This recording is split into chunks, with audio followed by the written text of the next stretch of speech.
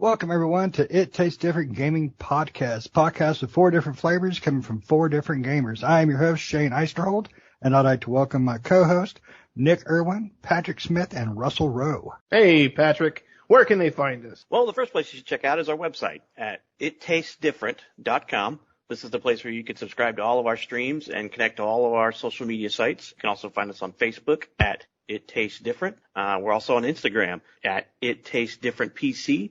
And then last but not least is Twitter, where you can find us at It Tastes Diff. All right, for dessert today, we're going to grab a handful of circus peanuts and jump into VR. Today we're going to talk about VR. We'll talk about the consoles, Oculus, Vive, Index, PlayStation, cost, games, and everything. So let's start off with the VRs themselves, the different systems, the prices, unbelievable prices. And all that. So Valve is one of the medium tier ones. The prices on those go anywhere from $900 to $300. They make fairly decent VR systems. From what I've read, I have not played one. Their game library is fairly on par with everybody except for probably PlayStation. They don't get the big ones like Vader. They don't get Alex, things like that. So let's jump over to Patrick and find out what he thinks about the Valve or any other system. We know who the big players are in the industry. You know, there's some popular brands out there that have been around for a while. As Shane mentioned, the HTC, they have the Vive, and then you have Oculus, who has a bunch of them. I mean, Oculus has multiple versions. And then you have Valve's Index. You know, those are some of the non-console ones. And then PlayStation has their own. It depends on what you're in the market for VR, and depends on your price point. If you already own a PlayStation, it's more cost effective for you to buy a PSVR. You know, I mean, that's going to be your cheapest entry point because you don't have to have a computer and you don't have to have all this stuff. There are some self-contained units coming out. I think Quest, is it Oculus that's putting out the Quest? Yep. Oculus Quest is coming out with a Oculus Quest 2, which is a standalone. You don't need a PC to run it. Right. But the original one did very well. Right. I think it's pretty limited on what it can play, but it does have a capability to tie in to a PC if you want to do that. Yes. To play some more hardcore games. Russ, you know, what are you familiar with on these top performers, or maybe even some of the more name brands, or maybe even lesser known brands? Well, most of my looking, or at least pre-thought about buying, for me, I'm trying to wait for them to kind of get the software, to get the hardware, to get it all kind of put together. I've played one VR game before. It was okay, but I myself would love to see a solid combat simulator, air simulator, and so I'm just trying to be patient and wait till they kind of get this software and this hardware worked out a little bit more. Oculus is probably the one that I'm most familiar with. Their game list is something that kind of interests me a little bit more than most. Valkyrie, War Thunder, Flight Simulator X. Now, some of these games are probably on different other as well, but Oculus being kind of the proven product right now, at least initially, with these VR sets, with their experience with it all, is kind of where I lean towards. The price points right now for these are still a little high. I mean, I don't expect them to go any cheaper, really, especially as they add on more and more. But again, if we're putting that $399 out for console A, $499 out for console B, and then, you got your computer. I mean, barring winning some lottery, scratch offs or something like that, this is kind of on the tail end, the back end of things that I am really targeting on when it comes to purchasing stuff. But it doesn't mean that this is not something that in the last, 4 years, maybe 5 years, has just catapulted from gimmick to viability. It'll be interesting to see how this thing grows, and I'll comment a little bit more later. I'd like to pass it to Nick, see what kind of thoughts he has to start the podcast. VR in my opinion, right now is more gimmicky than anything. I do own a PlayStation VR. I initially bought it for my son who wanted one, and I bought it for him. And I played it, and I played a few titles on there, and they are fun for a short period of time for me. I can't sit there behind a VR and play it for hours. It starts giving me a headache, and I don't like all the wires and stuff and the cords that you're stuck to. So for me right now, VR is still just a gimmick. It's got a long way to go. It's making strides. It's apparently something that's popular. At first, when I saw VR come out, I didn't, much like 3D TVs, I didn't think it was going to last. 3D TVs are still being made today, but they're kind of more on the wayside type, and they're not really as popular as they were when they came out. But VR is continuing to make strides. Short strides, I should say, because I still don't think a lot, one, it is expensive to get into a VR. I think the PlayStation VR is probably the cheapest option you have now, but with the Quest 2, the Oculus Quest 2 that's coming out, that's a pretty cheap option. And it is an all-in-one headset. So it's all within the headset, everything you need to play VR. But like Patrick said, it's only a certain amount of games, right?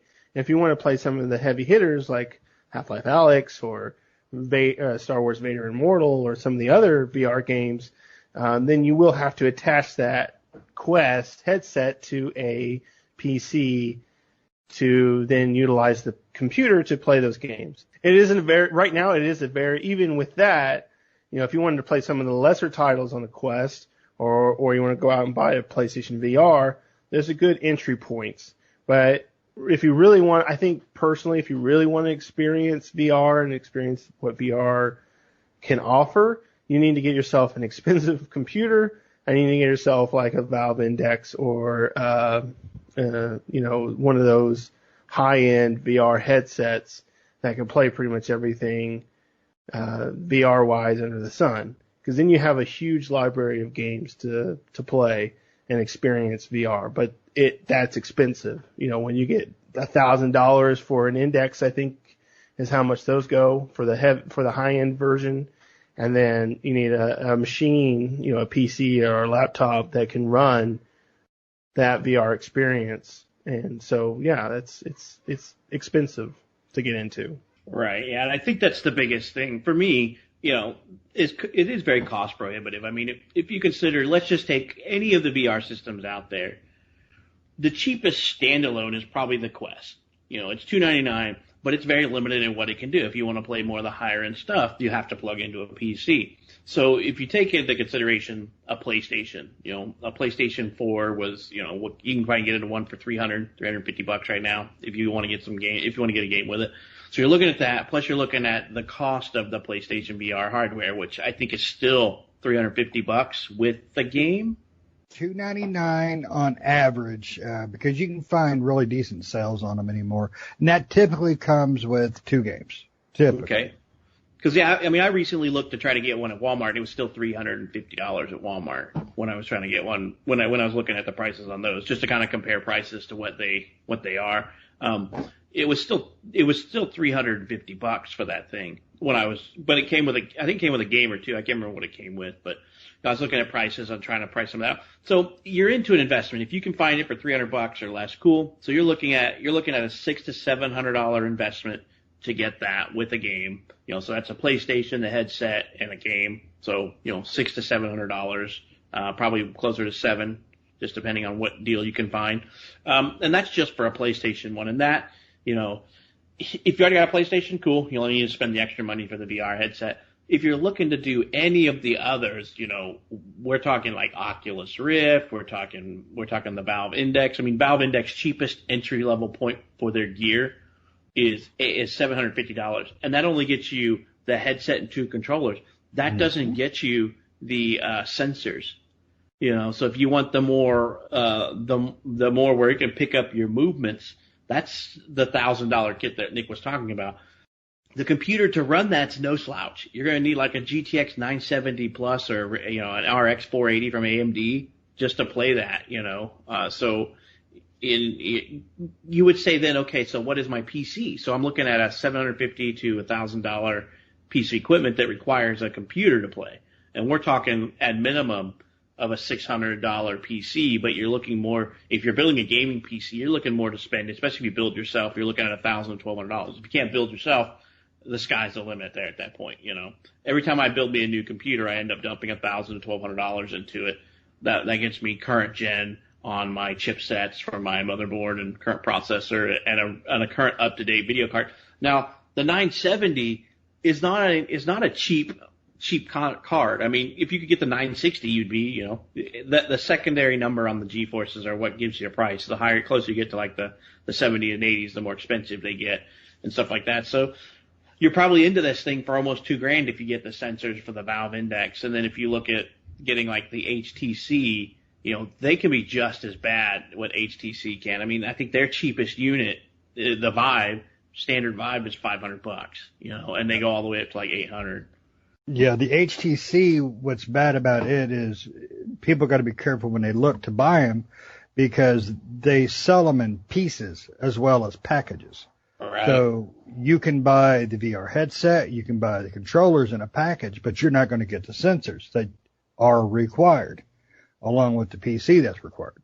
Right. So it's very shoddy the way they do that. I don't think it's right to, I mean, they should list it basically, oh, if this breaks, you know, we do something separately. But they shouldn't be selling them out like they're the total package. And Sony does the same thing with their VR.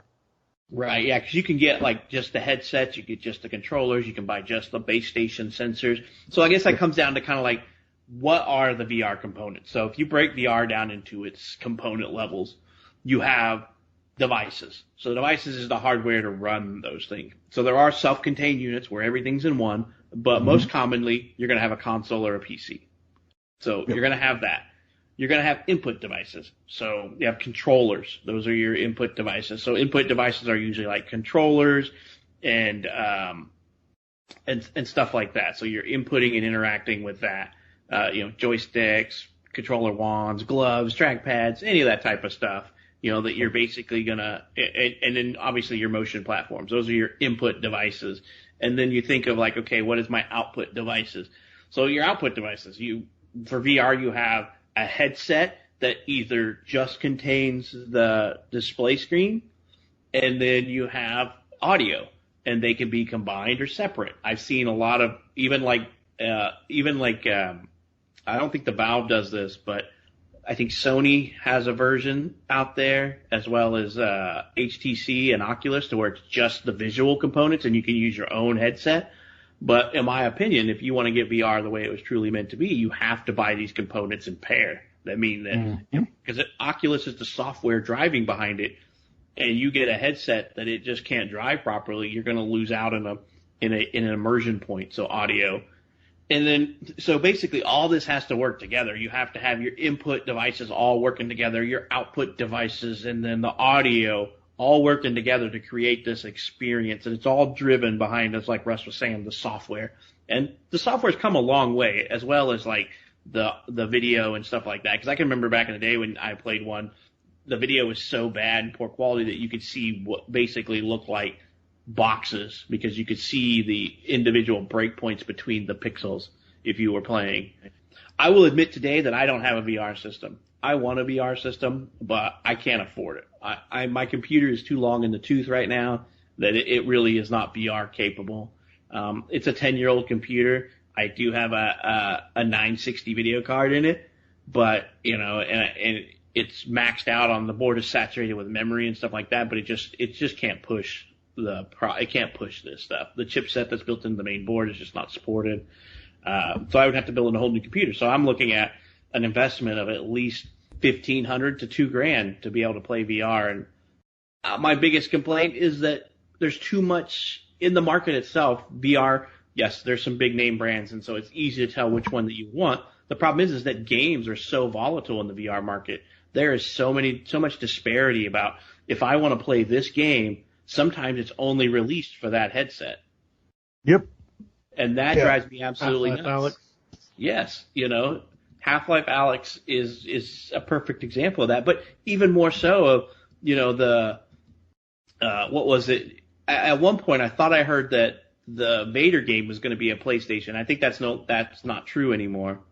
But it is coming to PlayStation. It is coming to PlayStation. But it was a PlayStation only, like initial or something? No. Okay. Oculus. It was originally announced for Oculus, and Sony worked their money magic, and they're getting it too. Right, so that's what I'm talking about. So if I wanted to get that, obviously I can get these games, but what if I want to play, I don't know, I'm trying to think of a few of them that are released only, if, let's say, for example, I want to play No Man's Sky. That one was PSVR only. Obviously I can play that on any console I want, but if I want to do VR, I have to get PSVR. The thing that sucks about PSVR, especially, we talked about the price of PSVR and buying a PlayStation 4 along with the VR headset is, if you already have a PlayStation 4, like you said, your extra money is just buying the VR headset. But the other thing that most of the VR headsets, and some of them do come in this package, and that's really what you got to look for, is the ones that come with the Move controllers. Because you can play PSVR with a controller, but it's horrible. And so you need a Move controller, and they're $100 for a pair, for two together. They're $100 for the pair.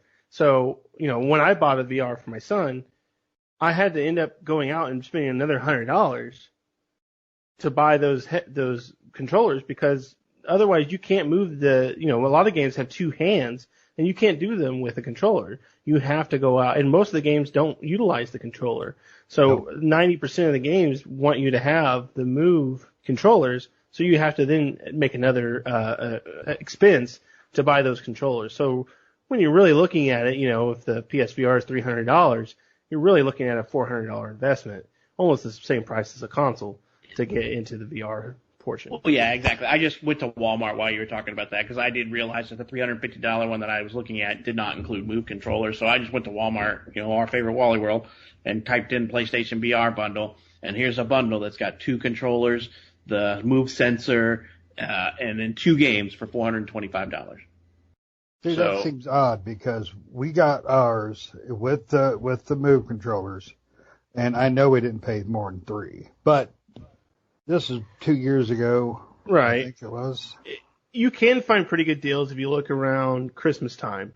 PSVR does go on sale pretty good with pretty good bundles around Christmas time, where they'll come with two games, or they'll come with, like mine came with two games, and it was one of the games my son really wanted that it came with. Now, I didn't know it didn't come with Move controllers. I thought they all did, because it's almost a requirement to have those.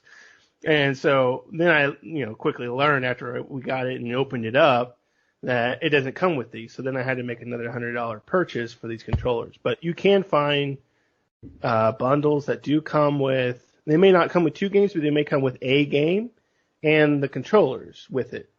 But really the controllers is what you want. The games can come, but the controllers is what you want because you can't play otherwise. And it should be, it could be because we're at the end of the console life cycle for the PlayStation 4. Is the PlayStation VR going to work on the PS5? Does anybody know that? It is. Yes. So at least that's good news for them. But because everywhere I look at, I even just went to Amazon real quick, and it's $425 on Amazon for the VR with Mega Blood and Truth, Mega Blood and Truth, everybody's golf bundle. So that's the same price as Walmart has it. And if you want they have a PlayStation VR bundle here for Iron Man, which comes with, it was $350. So, it's definitely an investment. Whatever way you look at it, you're spending $800 to $1,000, $700, $800, $1,000, whatever way you want to look at it. If you already got a PlayStation, if you're buying a PlayStation 4, or if you got one, the investment's about $1,000. So it's cheaper than getting into it on the PC side, because you can buy a very low-end crap PC that may or may not play this for about $600, and they may be able to get lucky and get I don't think you're going to get a 970 video card in there, but, it's just, and I've always thought of this as a gimmick, and I still think of it as a gimmick. That's why I don't have it bought. It's a gimmick, and the games are the biggest driving factor for me. Every time I see a cool VR game, it's like I said, it's like, oh, this one's only for HTC, or this one's only for Oculus, or PlayStation VR. Because, Resident Evil Biohazard, PlayStation VR only. Fallout 4, HTC only. And I'm just like, are you kidding me? Come on, these games that I want to play, it's just like there's so many exclusives out there that I'm not going to buy I won't buy 2 VR headsets like I would buy an Xbox and a PlayStation. I just won't do it. No, and I agree with that. But now I don't think it's a gimmick. I really don't. I think they're evolving enough to where they've jumped the hurdle of gimmick. I have the PlayStation VR. I just got my son Superhot, and being a good father, I had to make sure that this thing worked properly once I've installed it. Good daddy there.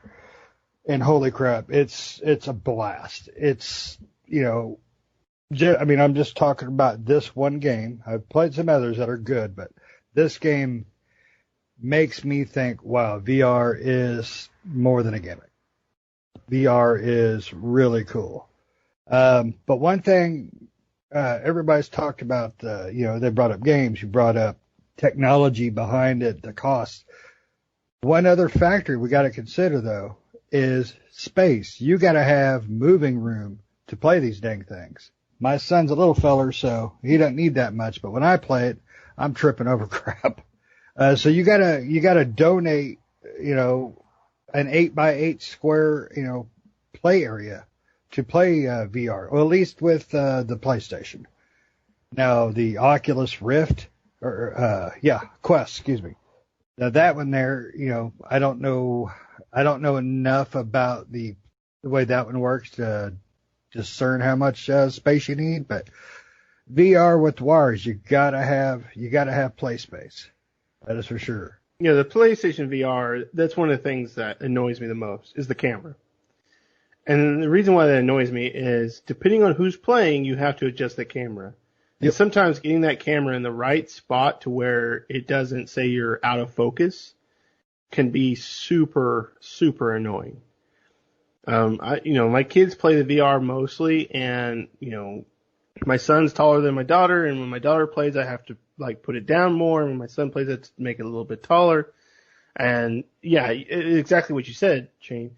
You need to have the space. You can't put it in your, depending on some of our game rooms are kind of smaller rooms, or we have, big recliners or, whatever that we sit in and play games in, and you can't have that.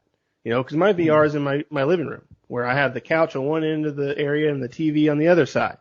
And that's where I had to set up the VR because that's the most area that people can go in and play. And, yeah, VR has to get to – there's a few things I think with VR that they have to get to. One is no wires. And the second, because the PlayStation VR, that's also the one thing I hate about the VR is that stinking wire going from the back of your headset to the PlayStation. That gets in the way so many times when you're playing certain games, especially when you're playing like Beat Saber. I don't know how many times I've sat there and played Beat Saber. Beat Saber's fun. I love Beat Saber. But there are times where you'll be going in and you're playing Beat Saber and you're into the groove and you're playing the song and hitting the blocks and everything with your controllers and stuff, and you'll smack that chord. And it will either, rip down the, depending on your cord, how much length you have in the cord, it'll either pull on your headset or rip down the little base that the PSVR hooks into, which I have my camera sitting on top of it. So then the camera falls off and it all falls apart and I have to pick it back up again or whatever, or the cord just gets in your way and you end up missing a block or missing something because you hit the cord with your camera and on the VR, controller, for PlayStation, it gets stuck on the cord and you have to maneuver out of it. So there are, I think cords is the one thing that VR needs to get rid of somehow, some way. Wireless in some way that really works for VR, and player space. If they can limit the player space down to a really small area and get rid of cords, and make it, again, more affordable and easier to get into, entry level, right? That's really going to make VR, I think, personally become more of a gimmick and more of a less of a gimmick, I should say, and more into the main player base. Because even though VR has been around for a while, you have a niche market, right? You have a small market of players that play VR. You may have a lot of people now with the PlayStation VR that have a lot more VR headsets, but they still, I think, out of all the games. That's why you don't see a lot of PS or VR games coming out like all the time, like they do regular games, is because a lot of people just don't buy VR games. They'll buy one here or there that they really want to play, and that's about it. And like Patrick was saying, yeah, you have to have, I don't like how they're bringing out games for certain VR headsets. If they're going to bring out VR games, they should be able to be played on everything that we have. Well, no, you can't say that because you have to remember it's the exact same way on consoles. You can't play every game on every console. Right. But VR but you're trying to get considered adoption. a console. That's a that is true. But you're trying to get adoption. No, basically. those VRs are consoles. They're not, except for the PlayStation. But the problem is that they're causing rift in the market to where people aren't going to get into the market to buy these games because you have to have adoption from your player base. And if your player base goes, I want to play this game and I want to play that game and I want to play this game, and all three of them are on different platforms, they're going to go, screw all of you guys. I'm not buying any of your systems because I want to play Half-Life and I want to play Fallout VR and I want to play, all these other VR games that are only, Resident Evil VR. I want to play these games, but they're on three different platforms. I'm going to go, well, screw all of you guys. I'm not going to buy any of your platforms because I can't play all these other games because it's only on the Oculus or only on PlayStation or only on HTC. Because I don't think there's anything that's really, I don't think I've seen anything that's really exclusive to the Valve Index yet. I mean, they're fairly new, but I think just about everything that can go to anyone will play on there. But there's things that are only exclusive to Oculus and only exclusive to HTC and only exclusive to PlayStation. And I'm just like, well, I'm not going to buy it. And that's part of my apprehension too. Like I said, I need a new computer, but if I could get into it for PlayStation, but I could then know that I could play, Half-Life Alyx, I would probably buy it, to be honest with you. I got a PlayStation 4, and if I can spend another $300 and get Half-Life Alyx and play it, I would probably do it. But I can't because that one's exclusive to the HTC one. Well, that's Valve. Well, Valve makes the Alyx. Right, but Valve was in bed with HTC until they came out with the Index. So I think Half-Life Alyx. I think you can play on both, right? I mean, Alyx can play on a lot of different systems, a lot of different VR headsets. I thought Alyx. No, Alyx is Valve only. It's Valve and HTC, because Valve and HTC used to be in bed with each other, and so when they came out with the Index, they split. But basically Alyx can only be played on the Index and the HTC Vive, from what I understand. Basically, so yeah, but it can't. From what I've seen now, that's probably the game's been out for a while, but you're not playing it on PlayStation VR. Right. So it looks like Alyx can be played with. It can be played with the Oculus, but with the Oculus Rift series, which is their higher end series. Yeah. It can be played with the Quest apparently, but with tethered to a PC. The Valve Index, Windows Mixed Reality, they're different ones. The Samsung Odyssey and stuff, and then all the Vive stuff, all the Vive headsets apparently can play Alyx. I didn't know Samsung had one. Yeah, they have the Odyssey. Yeah, but one of the things too I don't know. You know that Microsoft has one too. You know what Microsoft has? Yeah, it's augmented reality. It's not a virtual reality, right? Microsoft has the mixed reality line. I can't remember what they called it, but they're VR headsets. Right. Yeah, they're more. I think they're more focused on augmented reality, but they do like the Google VR. one. Yeah. Like Google glasses. I've got one of the actual, when Google came out with Google Cardboard, right. we somehow won. I can't remember how we got it. We actually have one of the VR ones that, the Google VR ones. I never use it. It sits on the shelf and never gets charged or played. Is that the one where you just slide your phone in? It's the cloth one. But card. I don't have the cardboard one. Oh, you don't have the cardboard. Okay. I have the actual cloth one that. Oh, okay. I'm trying to remember what it's called. I think it's the Daydream View. But it's not the cardboard one. It's the actual it's like the actual expensive one. And I use it as a gimmick, and I was like, oh, this is kind of cool. You can do these different things in there. Then, it was given to us as like a winter thing. I think it was $100 is what the cost of that thing was. Mm-hmm.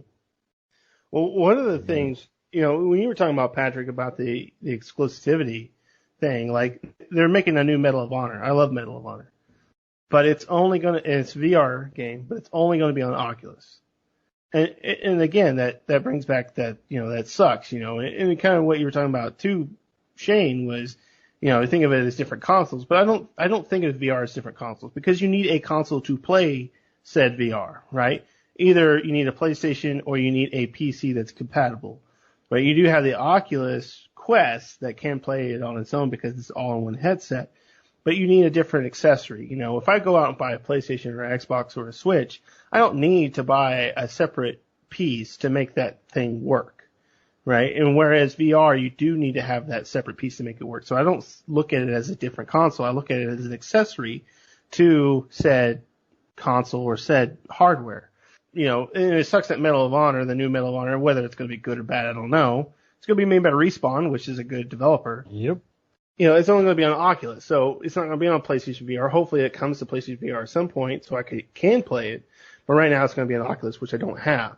And unlike consoles, VR is a hefty investment, right? It's buying the console and it's like buying two consoles. To play the Xbox One or Xbox Series X, you need to buy another Xbox Series X to hook up to the Xbox Series X to play Xbox Series X, right? I mean, that's pretty much what it is. So, yeah. My brain hurt on that. It's a huge price investment to really get into this stuff.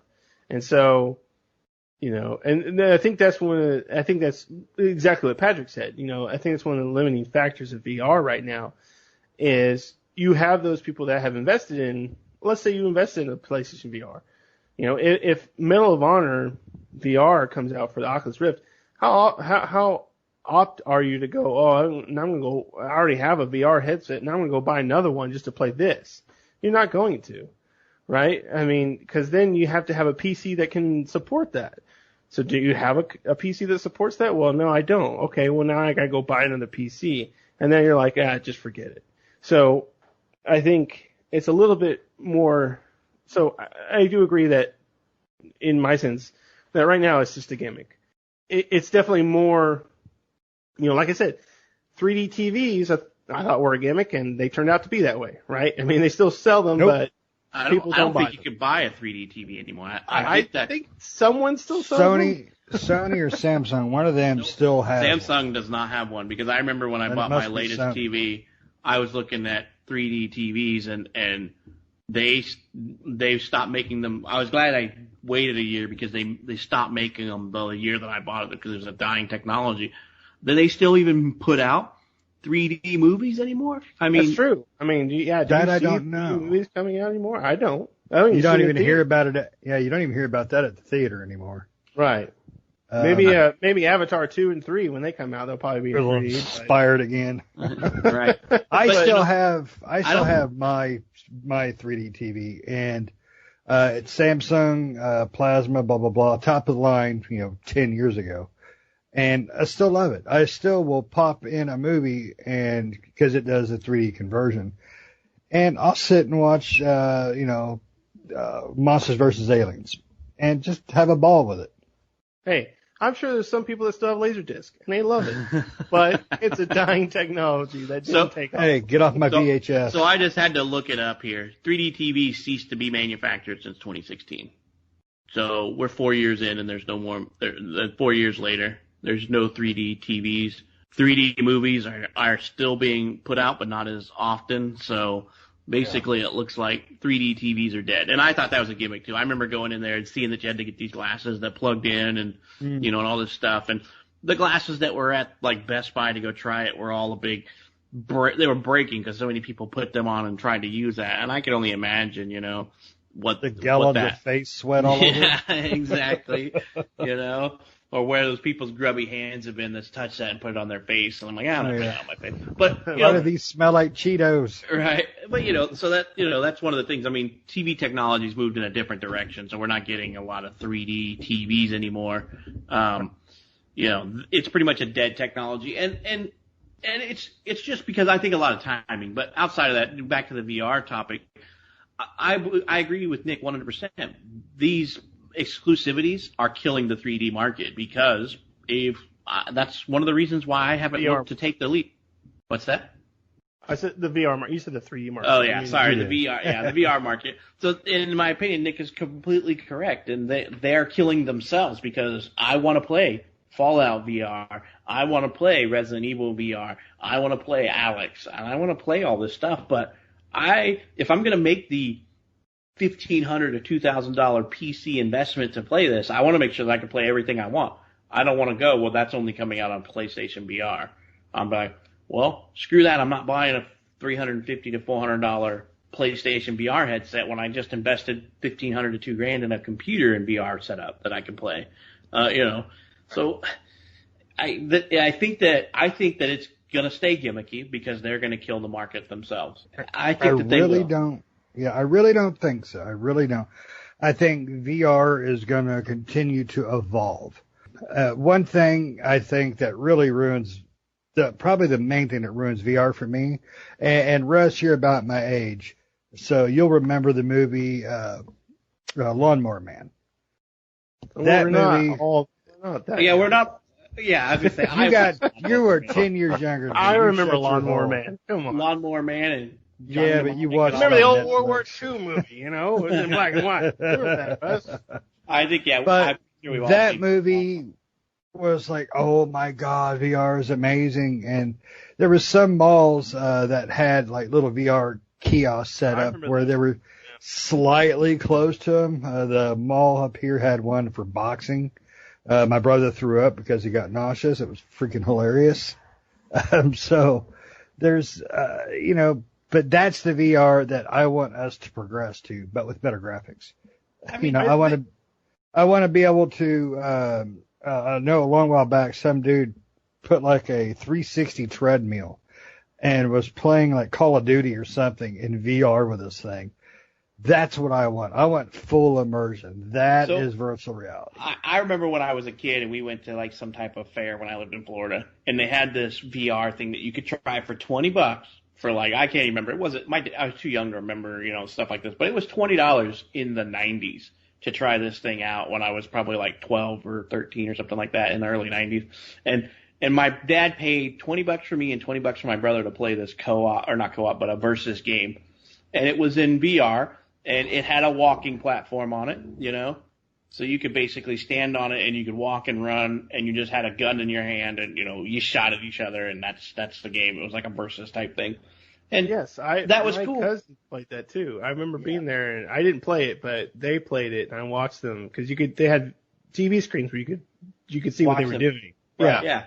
And you could still do that, like if you go to like they got these adventure places in the mall and stuff around here where your kids can pay $20 and play all day type place. They have VR in there, and it's kind of similar, except for they don't move. They stand in one spot and kind of turn circles and stuff, and they play those versus games.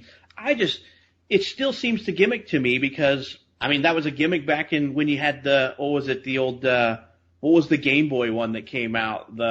Virtual Boy, with the red lines and crap. They've been trying to make virtual reality a thing since the 80s and 90s. I just don't think that they're ever going to make it happen. The same thing with 3D movies. I will see a 3D movie before I'll buy a 3D game. But, to me, for the most part, 3D is still a gimmick. I will see a 3D movie, yes, but, 3D movies used to be the red and blue glasses, or you could read a comic book in 3D because it had the red and blue, which offset the colors of the lines so it looked like it was three-dimensional. And now you got the glasses that are, the tint is different in each side, so it pulls like a 3D image into your brain based off the images and the flickering of the screen. So, it's a gimmick that, I guarantee you that the movie theaters still make more money on non-3D movies. That's why they only have one theater that shows 3D movies out of their 11 multiplexes, So right. I think games, until they can get away with this exclusivity, and like you said, Nick, the cords and everything, and the headsets are uncomfortable after like an hour or two. No matter what they do, they're just uncomfortable.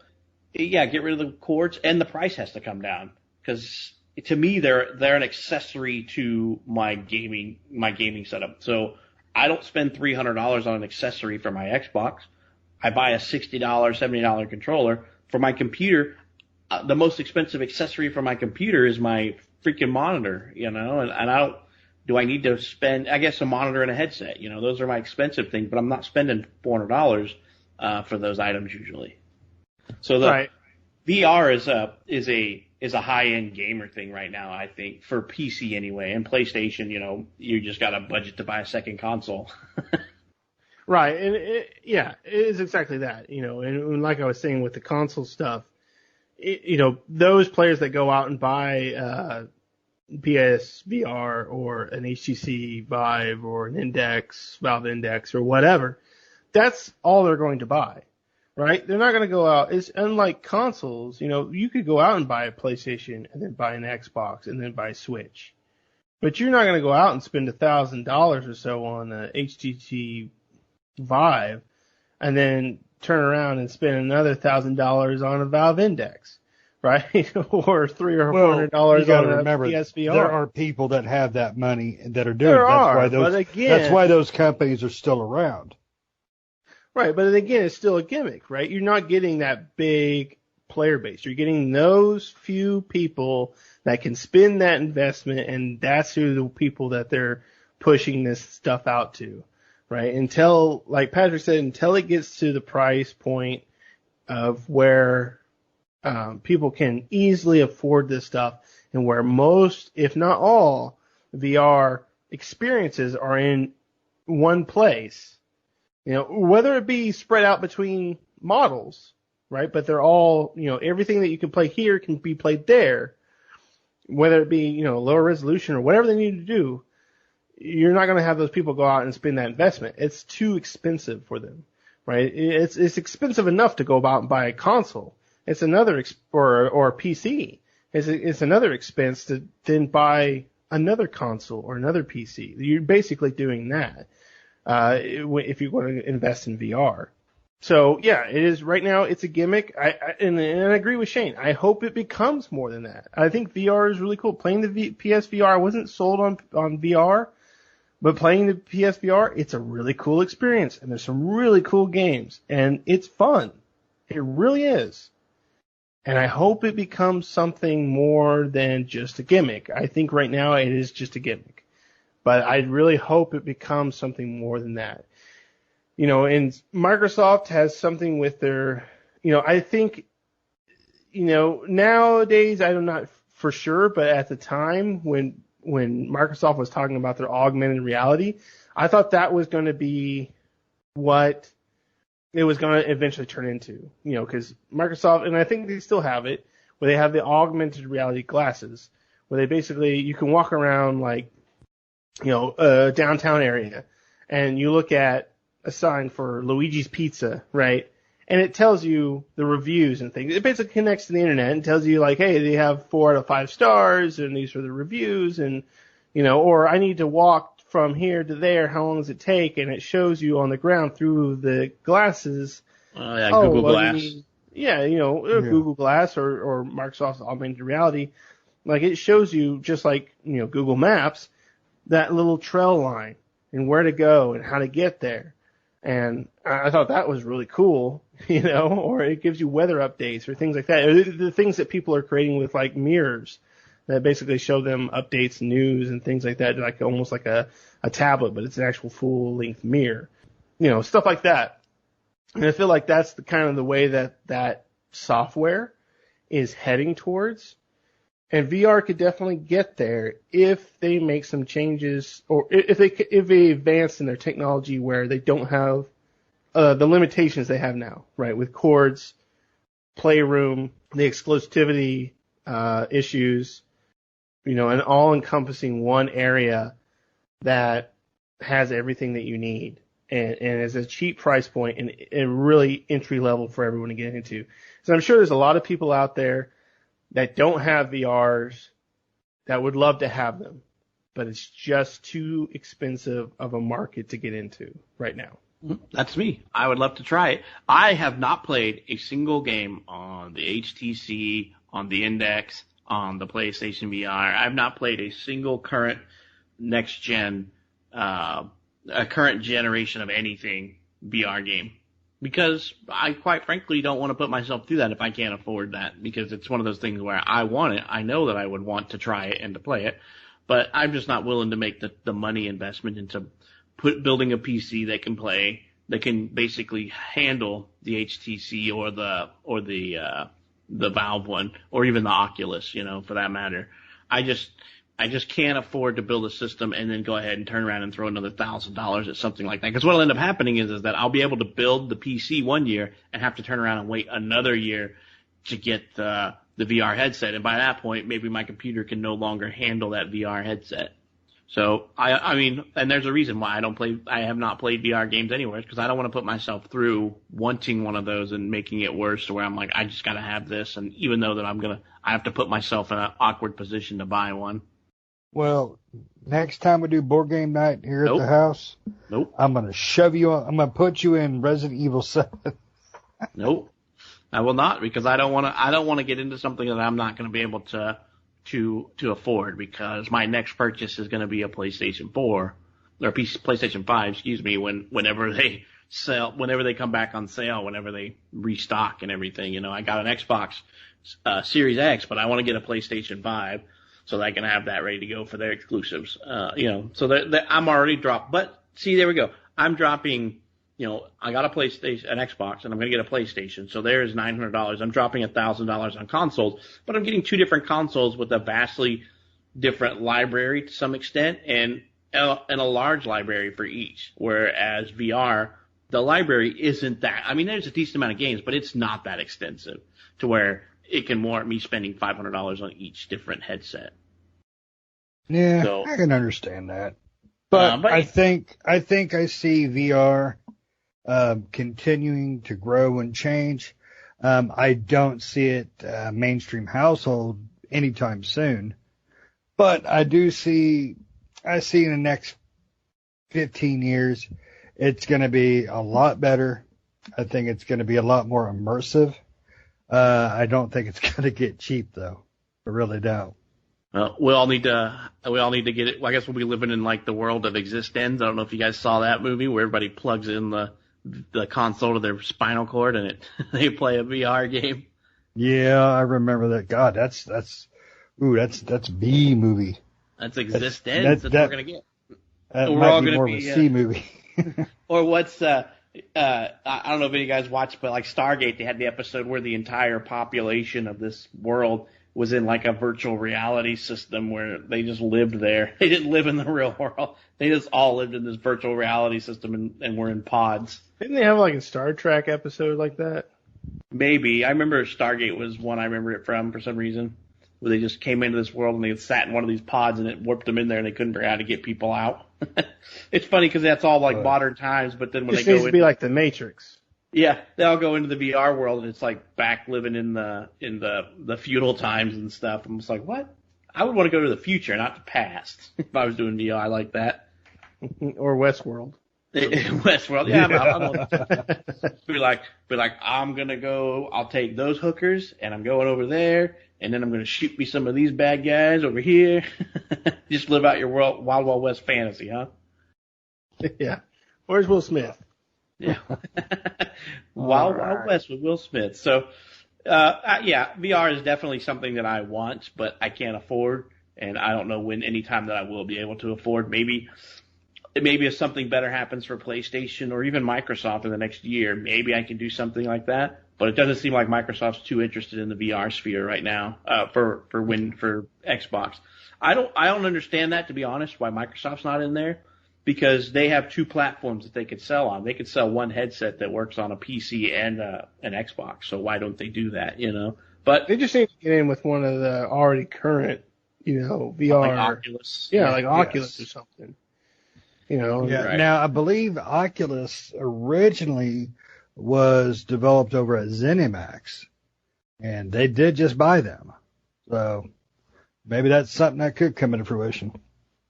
I mean, it's something that I haven't heard from them, and they seem to be an outlier. And like I said, we haven't seen anything yet, but the PlayStation 5 was just announced for price and purchase and all that stuff. We knew it's been coming, but they've not really talked a whole lot about the accessories outside of the controller and stuff like that. So, well, they have new cameras coming, so I mean, I know they're going to end up with a PlayStation VR 2 because it's sold fairly well, from what I've understood. Well, like I said, it's one of those things that we'll just see what happens with that. But we don't know a whole lot about what they're going to do with the VR for the PlayStation 5. At least I've not heard anything. But a PSVR 2 is probably in the works for them. It's like your PlayStation. So I don't have a PlayStation VR. Does your PlayStation VR have a headset, or do you have to use your own supplied headset? It has a headset. Yeah. The PlayStation VR comes with little earbuds that are attached to it. So, I mean, the sound can come from the TV if you wanted that, or you can put the earbuds that are attached to the VR headset into your ears, and the sound will come out of that. Well, I mean, for VR, you want immersion, so I don't know why you would want sound from your TV, because unless you just have an awesome surround sound built into your house, it's going to be hard to... Well, I mean, the problem with that, though, is there's not a lot of... This is the other problem with PlayStation VR, is there's not a lot of games that are immersive. And maybe VR in general, right? I haven't played some of the ones on PC, but a lot of the ones on PSVR are not really that immersive. I mean, because you're, kind of like what Shane said, you don't have that track that you're moving your character in. So you're having to use the controller to move, even the move controller, to move your character from one place to the other. So you're kind of having to take yourself out of that experience to figure out, okay, I need to press this button to move my character here. And then, which I can understand that, because moving your character independently, which some games have done, it's almost vomit inducing, right? Just because of the movement. Yeah. Right. Now the game like Doom VR is done very well. You have a few different options, but the teleporting option is basically the coolest way to play the game, really. I think it eliminates, not completely for some people, but it does knock down quite a bit of nausea doing the teleporting, because it's just, right. Flash, boom. Superhot. It is, to me, it feels very immersive, but it's only because of the style of game it is. It's a shooter game, but it's plays out more like puzzle solving. You have to find patterns, and you have to make the right decisions to succeed through each level. I will say this. I think we got a ways to go still, but I do see VR making a continuous stride to become more Lawnmower Man, hopefully without the psychosis and murder. But I really see it being a part of the future at some point. I'll probably be too damned old by the time it gets here, but hey, I'm willing to jump in. Yeah, they may have the pods by the time that comes out, so you just lay in the pod and you just go into VR. It's like sleeping in a bed. It's like playing, Assassin's Creed. Or SAO, Sword Art Online or something like that, that type of stuff, where you basically just put on this helmet and like integrates with your brain waves and puts you in the game type stuff. I mean, I do enjoy watching YouTube videos on VR games. Like, I watch a lot of Merp TV. I don't know if you guys watch him, but he's hilarious playing Half-Life Alyx and stuff like that, and just different games. That dude's hilarious. And it just makes me want to play even more when he's playing these games. I've watched very minimal gameplay of Half-Life Alyx because I want to just experience it myself. I know one of these days. But do you have a plan? That's what I say. By the time you get to have a plan to play it, it's going to be like Half-Life freaking, Zeta or something like that. It's going to be like... They'll have Alex Jr. 5 out there, by the time I get to play it. But one of these days, I will get to play it. I've already said I'm not going to get to play it, so I'm like, I just watch the videos, and I'm like, I really want to play this so bad, but I just can't afford it. Because it's not, I can't play it on the PlayStation, so, that game's out for me. If they came out with the PlayStation version, that's what I want. I want it to come to PlayStation. And I want it to come to PlayStation because I want to play it, and they have the VR headset. I don't care if they have to like trickle down, they got the independent moving fingers, which the PlayStation doesn't have. Okay, that's fine. Whatever. I can use my fist, right? Whatever. I can move things around like that. Just bring it to the PlayStation because I already have one of those and I really want to play Alex.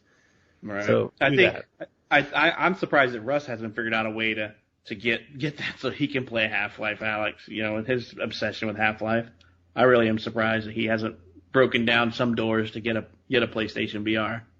Well, because mostly the one that's worth the purchase to truly enjoy the game is $1,000.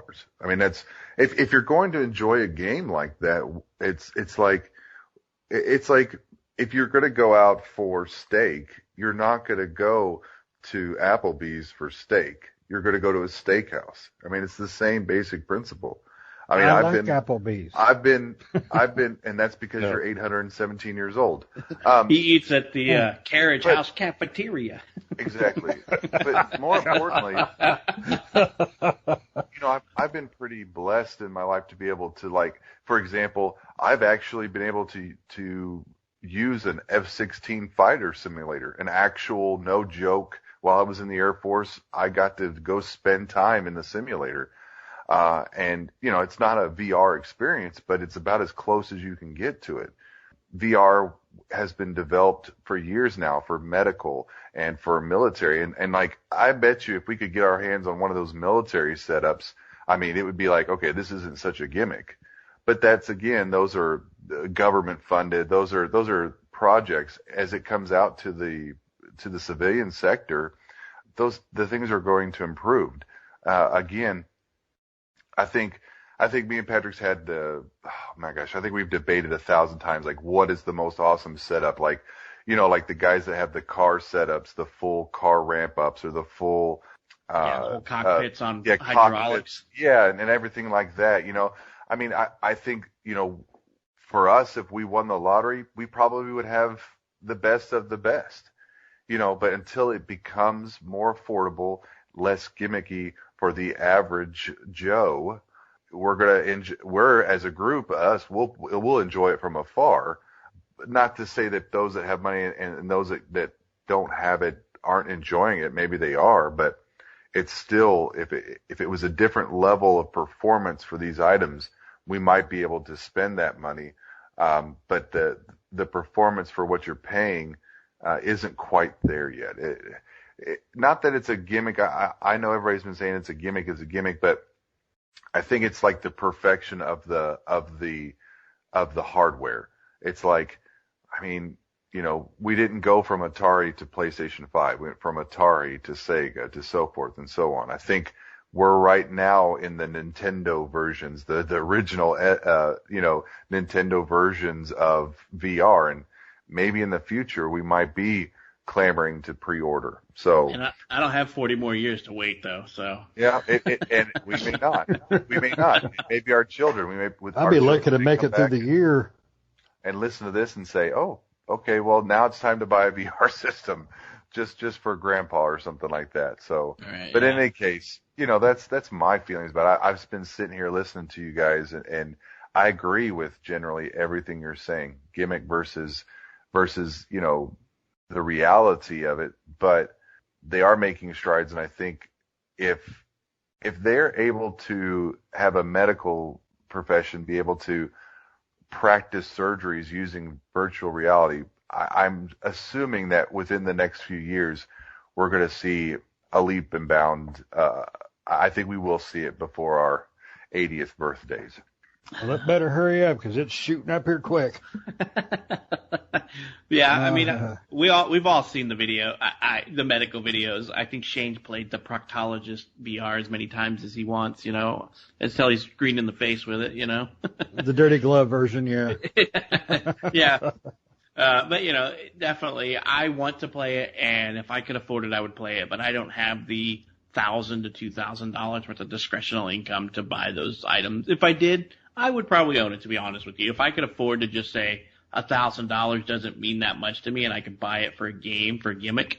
Because right now, I mean, PlayStation VR has less than, it has about half a dozen or less or not PlayStation VR, but VR in general has about half a dozen titles that I really just want to play.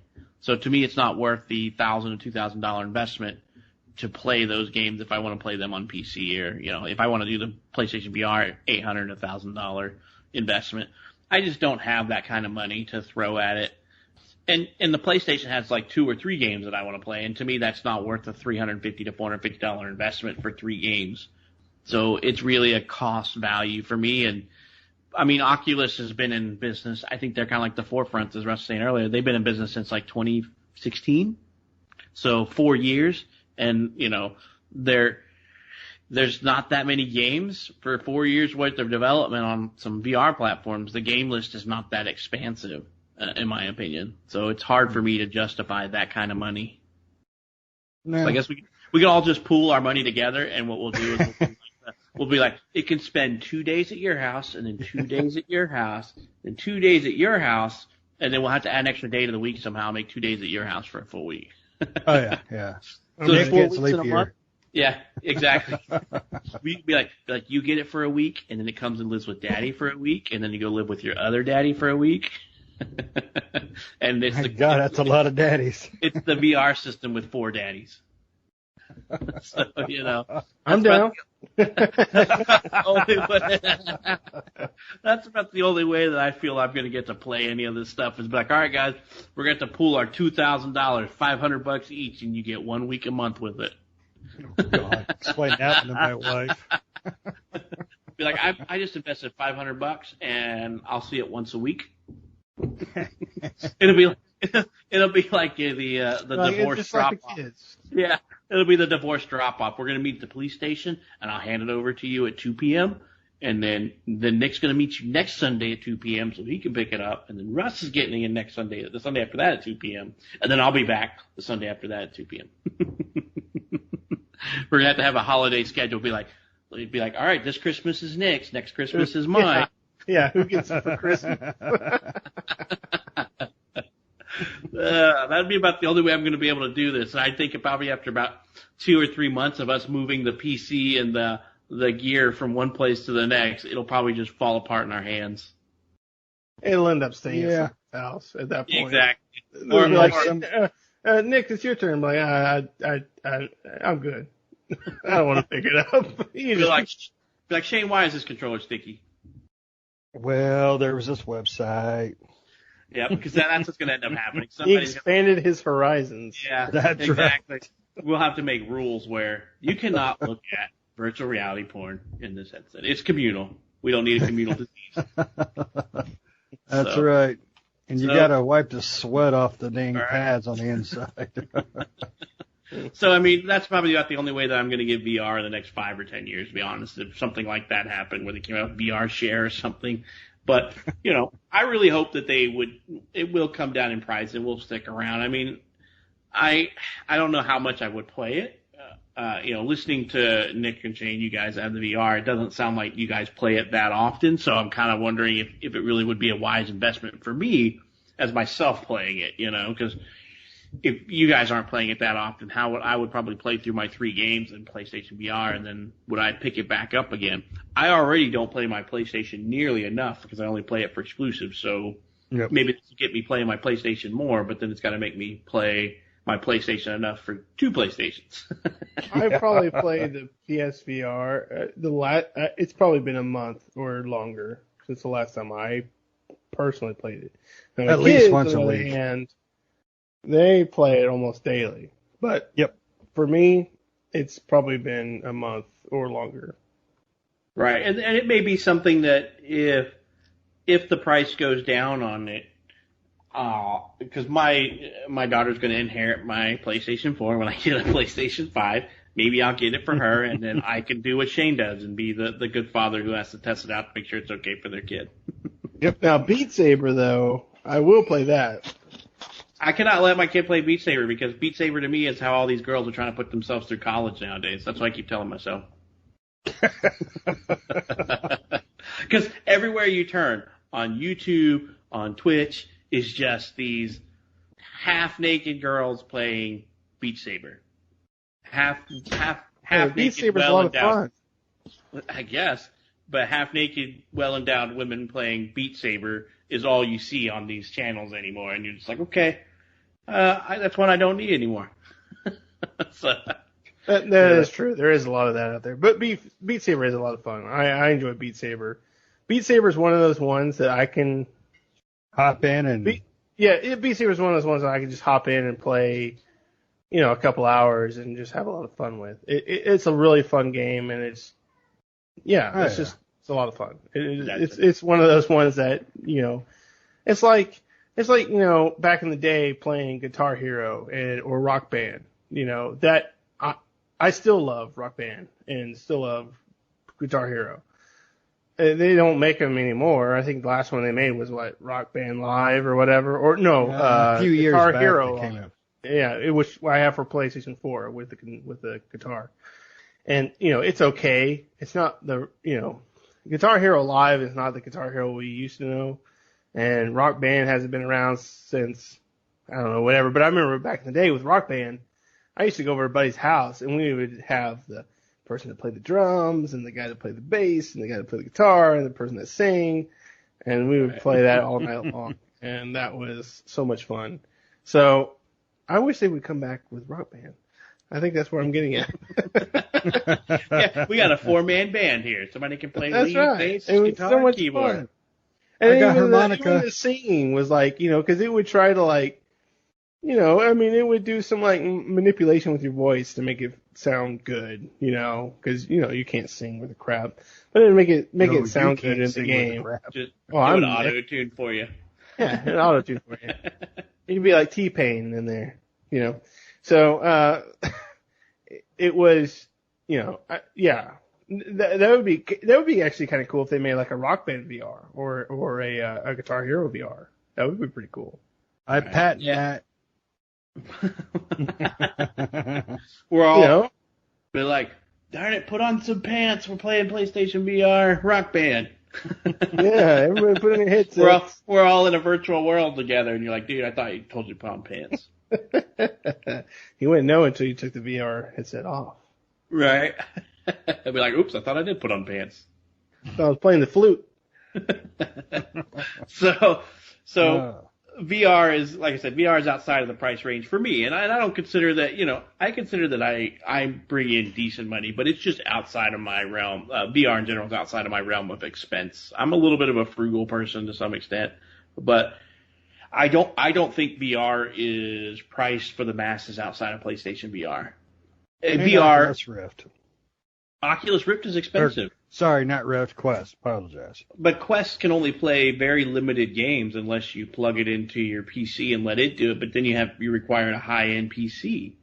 Right, and the games you want to play with Quest are more likely the games that is going to require you to plug into a PC. Right, or that it won't play. I mean, because I haven't heard. I looked into some of the Oculus stuff, but I'm not sure that Oculus Quest would play Half-Life Alyx. I mean, you have to have a decent computer, because then it passes off all the processing to the GPU and all that stuff. So right, I think it does, but I think you have to tether it to the computer. So the computer basically takes over. So really, you need a computer that can utilize. But then basically, what ends up happening is instead of letting the software and then the actual Oculus Rift S, which has processing power built into it, you're getting less of a game. Well, the Quest has a processor in it too, but yeah. But it's not as beefed up. That's the whole reason. Right. So it's utilizing the processor within the Quest and your PC.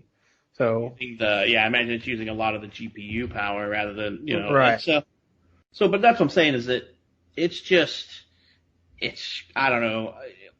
I'm one of those persons that if I want to buy something, I want it to do what I want it to do, and I don't want to dip my toe halfway in. I just want to jump in and get to what's that I can play, So when I look at it, I'm like, do I buy this $300 Quest that can do some stuff, but not what I want to do? Because I want to play the big dog games, I know that it does what they call the Oculus Link, I think is what it was. It's just a dumbed down version. The LCD display also has less resolution. The refresh rate's lower. It's basically like saying the Series X versus the Series S. I'm not ever going to buy the Series S. I'm going to always buy the Series X, so I'm going to have to buy the Rift S, which is, I mean, it's affordable if you want to look at it that way. It's $400, but that's just for, like, I think the headset. I'm not, that may be with the controllers and everything. The Quest 2 is a poor man's VR. Yeah. Basically what it is. The Rift S is $400. Yeah.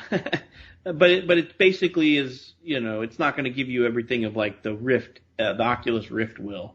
I think for the Quest and the Quest 2, I think that's Facebook, right? Is that the Oculus? Oculus is Facebook. Yeah. That's just basically them trying to get into the market, right? And trying to get people into the market. They come out with a $300 or $200 or however much it is for the Quest 2. And like I said, it's a poor man's VR. It's a way to get into that environment without having to have the hardware or the software, and having an all-in-one encompassing headset that can do it all. Right. And, you know, can it play Half-Life Alyx or the VR games that you really want to play? No. But is it a cheap alternative to get into VR if you really just want to play VR for just the sake of playing VR? Then yeah, it's a perfect opportunity for that. And I think that's the market they're trying to get into, is those people that, and it's maybe it's just to get the people into VR so they can then turn around and go, well, I really like that, and I want to buy the more expensive version, right? And so they go to the Oculus S or whatever it is that the Facebook has. This is the more expensive Oculus. Yeah, right? They can do more. Right. So then they go into that, right? And so it's just kind of an entry level to get you into wanting to play VR. And I think that's the whole point of the Quest. The Quest is a cool idea. I like the all-in-one encompassing VR headset. I think that's the way to go, right?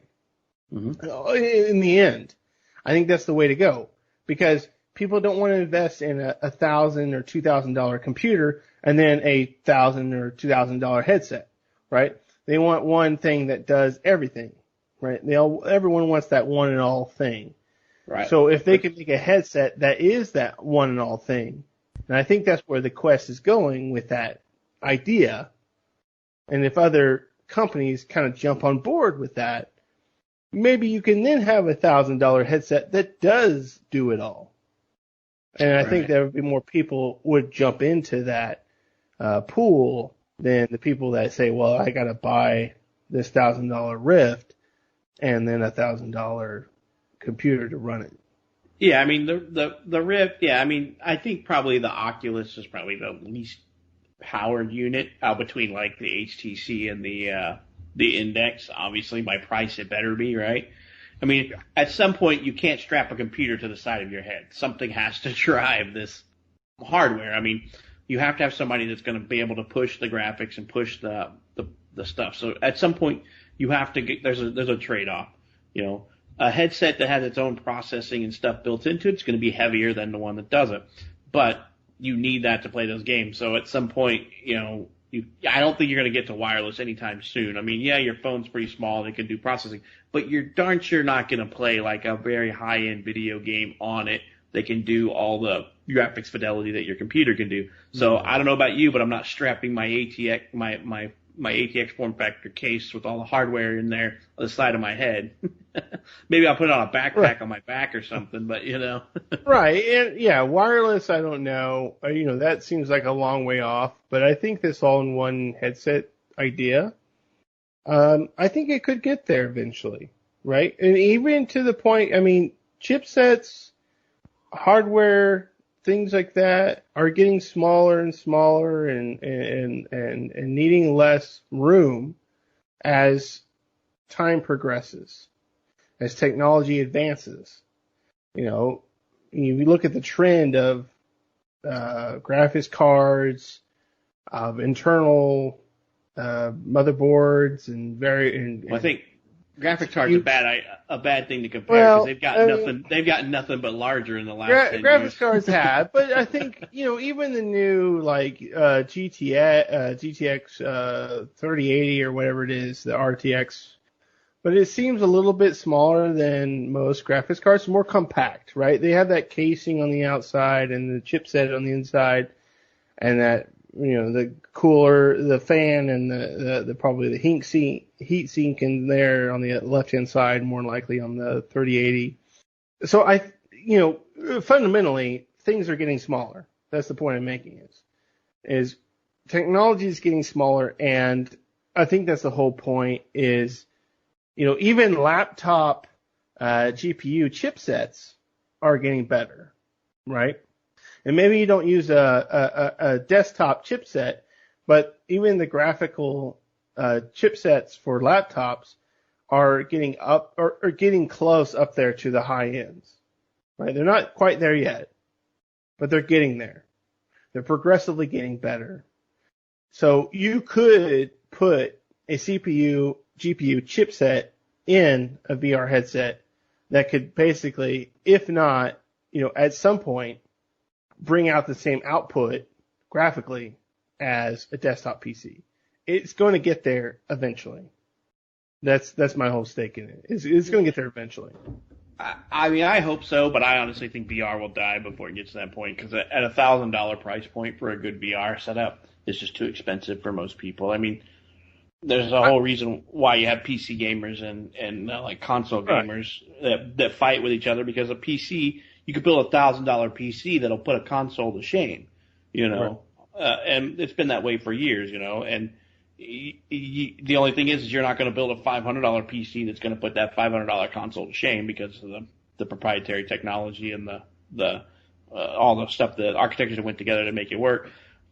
I do not see, in all honesty, that maybe I'm wrong. I do not see the VR situation getting better for them, because there's too much infighting about who's getting exclusives. There's too much. This piece costs $1,000. This one costs $1,000, and this one costs $300. What's the difference? Unless you just take the time to learn, you're going to have a hard time determining which one that you really need or want. I think the only way that VR is going to take off in more is if all consoles get on board with it. So if Nintendo gets on board with it, Xbox gets on board with it, because PlayStation's already on board with it, they will help drive that market for games. But neither one of those two, Nintendo or Xbox, seem to care about getting into VR. Xbox tried to get into, like motion controls with the Kinect, and then they decided, well, we're done with this. It's not what it didn't pan out the way we wanted it to. Everybody kind of did that, So I hope that they strive and it gets a stronger market, but I also want the price to come down. I mean, that $1,000 HTC Vive needs to be closer to $300 for me, or $400 for me to be able to think about it. So if I get a high-end headset with it and a really good display and stuff like that, I can see $300 to $500, but no more than $500 for me. I just can't see that. Right, and I see that. I agree with you in that aspect that VR is a teetering market, right? Is it going to prevail or is it going to die? I would have expected, initially when VR came out, I would have expected it to die by now. Much like 3D TVs. Going back to that. Right. I would have expected it to die by now. I'm surprised that it's still going on. The VR is cool. It is a cool aspect. It is a cool thing, but again, it is a gimmick. I don't spend when I go play a game or anything, VR is the last thing I think about playing. I think about playing whatever's fun. I think that's right, why. But even I think that's why they've continued to progress. Because they are doing interesting things. Look at Half-Life Alyx. I mean, the game is just, amazing from all the reviewers. Now, granted, I haven't got to play it. It breaks my heart. But those are the things that have kept that going. Those are the things, to me, that say it's not a gimmick. It's, like Russ said, it's in the Nintendo phase of growth. Right, and I hope it ends up being that way. Half-Life Alyx, you have to have strong developers, right? It's not just strong software, or hardware, sorry.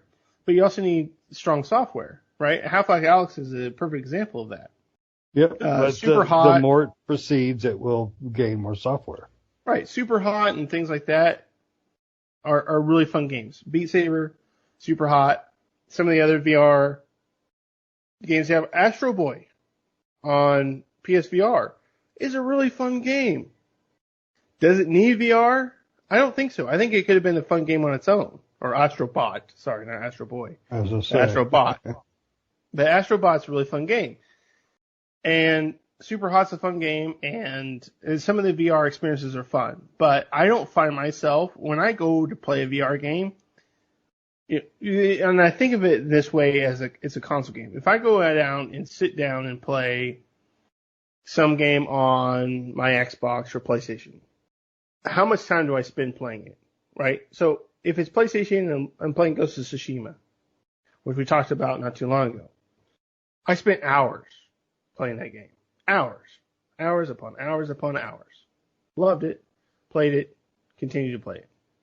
If I go down and play Beat Saber, I'm probably going to put an hour into it at the most, and that's about it.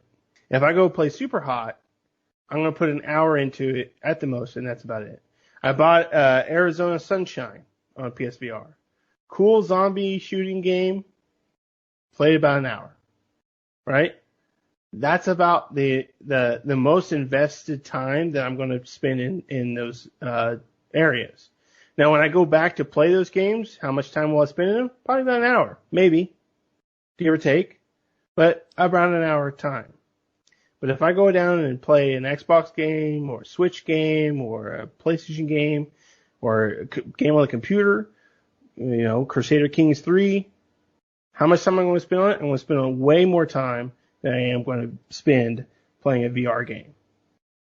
And that's one of the reasons why I think it's a gimmick, because I can't invest that much time into one. I played the Resident Evil 7 VR. And it's cool in VR, but I'd just rather play it not in VR, right? It's cool, yep. But if I'm going to sit there and play the whole game, I'd rather not play in VR. This conversation kind of reminds me of why people bought we bought, not anybody, but like I bought a Nintendo, a Wii, was for like the party games, and that's what we mostly played it. And that's how I kind of see the VR as like a gimmick, I will be honest with you, I bought a Nintendo Wii. I wanted to buy a Wii U, but I never did. But we only pulled it out at party events, like whenever we got drunk and would do drunk unboxing or the other Nintendo party games, just as kind of a gimmick that we would just pull out. And I never actually, to be honest, I never spent a lot of time on my Wii. I just thought I didn't like the controller, I didn't like the way it played. I did as a gimmick, with the games that actually use the controllers for movement and stuff like that. But I never played the Zelda games on any of it, and I love Zelda games, where you can hold up the thing and pull up the shield and pull up and I'm just like, no, I don't care. I'd rather use a controller, So, and that's, I follow there with you, Nick. That's why I think this is a gimmick as well. I can't see myself putting more than an hour or two into this at a time, whereas I do the same thing you do. I mean, perfect example is we talked about Crusader Kings recently. I spent a whole day on Saturday playing Crusader Kings on my PC, and I would probably not do that on a VR system. Yet. I don't think I ever would. That, you're going to give yourself a headache or you're going to get motion sickness or nausea. I mean, maybe if they can combat those items, but you still have this heavy piece of equipment that's strapped to your head and it's pulling, so you've got constant neck tension trying to hold your head up for the extra weight that you put on the front of your face. And you got to move. You got to sit there and move around. I'm a lazy gamer. I want to sit in my chair and play my game. I don't want to sit there and move my arms and hands and all that kind of stuff, And so at some point I do think that's a gimmick, but it's been a gimmick that's been going on for 5 years, 6 years. So, we'll see what happens as time goes on. If it's still hanging on by a thread in 5 years, we'll know it didn't really take off, but maybe it'll blow up in 5 years. It'll be just like every console has one and most people can afford them because it's an extra $200 add-on to the console or something. I mean, I kind of hope that. I would like to see that. But maybe I look at it like this. In 5 years, it died. It died, this year. It dies next year. In 3 or 4 years, I'll look back and think this is the bullet I dodged, like the 3D TVs. Or the 3DO. But Yeah, I agree. I mean, that's essentially it. I don't find, especially when you're talking about the Wii, right? I played a lot of games on my Wii. I played Zelda. I played Metroid. I played all those, and they were really fun games. But you know what game I probably played 90% of the time on the Wii? Wii Sports. Yep. Right? And because that was just, I mean, everybody that came over wanted to play Wii Sports, and that was fine because it was super fun. So again, with the Wii and the Wii U, those motion controls were again a gimmick. Metroid Prime I loved, Zelda I loved. Did I need the motion controls? No. I didn't need the motion controls to enjoy those games more. That's not what I felt like. I didn't feel like, oh, well, now that I have these, this game is like 100% better now. No, I didn't feel that way. I felt like neat, but again, not necessary. And the same thing with the VR. It's neat, but not necessary. I don't need to, some games, I don't necessarily need a VR experience to enjoy them. I think the only game in which I talked about several times tonight that I think the VR experience really takes off in is Beat Saber. That's just a really cool. I mean, it's just you can feel like this game was made for VR, right? Whereas some games, Arizona Sunshine, which is a cool game, but is it made for VR? No, it could work not with VR. And that makes me feel like it's a cool game, but it makes me feel like it's a gimmick. It's like we want to include VR just because VR is available. Not because this game needs it, just because we can do it. And, I think, Superhot is another game that, I don't know, I'm kind of half and half on. I feel like Superhot is a game that is really cool in VR. Does it need VR? Not necessarily. It could be done without it, right? But I think the experience is cooler in VR with Superhot. So there are some games that I feel like need it, and there's some games that are just gimmicky with it.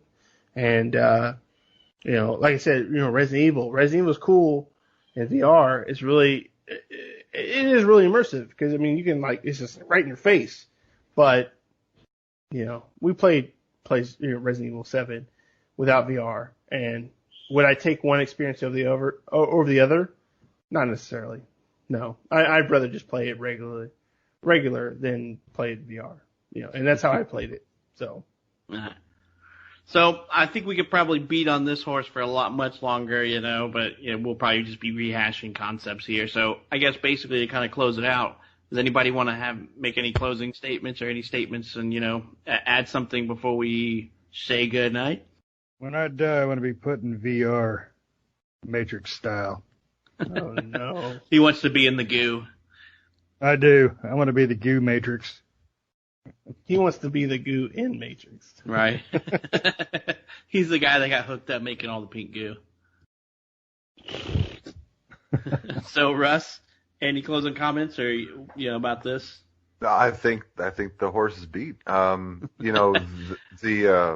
Basically, until it gets better, we stand by. Or I should say, right. Until it becomes more reasonably priced, we stand by for a good product. Yeah, I think the stick broke already. We just had to find a couple more to beat this horse with. Yep, just a few. All right. Well, I don't got anything new to add. I think I've added enough to this conversation. I guess with that said, we appreciate everybody listening to this episode, and we hope to catch you in the next one.